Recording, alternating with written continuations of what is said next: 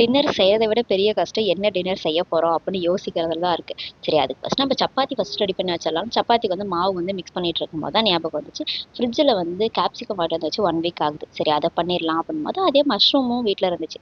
சரி மஷ்ரூமும் கேப்சிகம் வச்சு ஒரு கிரேவி பண்ணிடலான்னு அதுக்கு ஃபஸ்ட் கேர்டு வந்து எடுத்துட்டு அது கொஞ்சம் மசாலா ஐட்டம் எல்லாமே போட்டு நல்லா மிக்ஸ் பண்ணி எடுத்து வச்சுக்கணும். அது கூட கேப்சிகம் வந்து கொஞ்சம் பெருசு பெருசாகவே கட் பண்ணிக்கலாம்.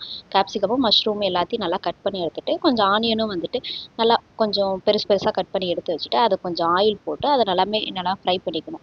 அப்போ தான் வந்து இந்த கேப்சிகமில் இருக்கிற காரம் வந்து நமக்கு தெரியாது. அதுக்கப்புறம் ஒரு கடாயில் எண்ணெய், கடுகு, கருவேப்பிலை எல்லாமே போட்டு கொஞ்சம் வெங்காயம் குட்டி குட்டியாக கட் பண்ணி அதையும் வணக்கினதுக்கு அப்புறமா தக்காளி அரைச்சி வச்சிருக்க தக்காளி எல்லாமே போட்டு நல்லா மிக்ஸ் பண்ணிடணும். வந்துட்டு சப்பாத்தி வந்து ரெடி பண்ணிட்டு இருந்தேன். அதனால அந்த பச்சை வாசனை போனதுக்கு அப்புறமா நம்ம வந்து இந்த தயிர் வந்து ரெடி பண்ணி வச்சிருக்கோம்ல அந்த தயிர் அது கூட போட்டு நல்லா மிக்ஸ் பண்ணி எடுத்துட்டு ஆல்ரெடி நம்ம வணக்கி வச்சிருக்கோம்ல அந்த வெஜிடபிள்ஸ் வந்து அது கூட போட்டு நல்லா மிக்ஸ் பண்ணதுக்கு அப்புறமா கொஞ்ச நேரம் கொதிக்க விட்டுட்டு இறக்கிட்டா சப்பாத்தி கூட சாப்பிட்டா செம்ம டின்னர். கண்டிப்பாக ட்ரை பண்ணி பாருங்க. உங்களுக்கு ரொம்ப பிடிக்கும்.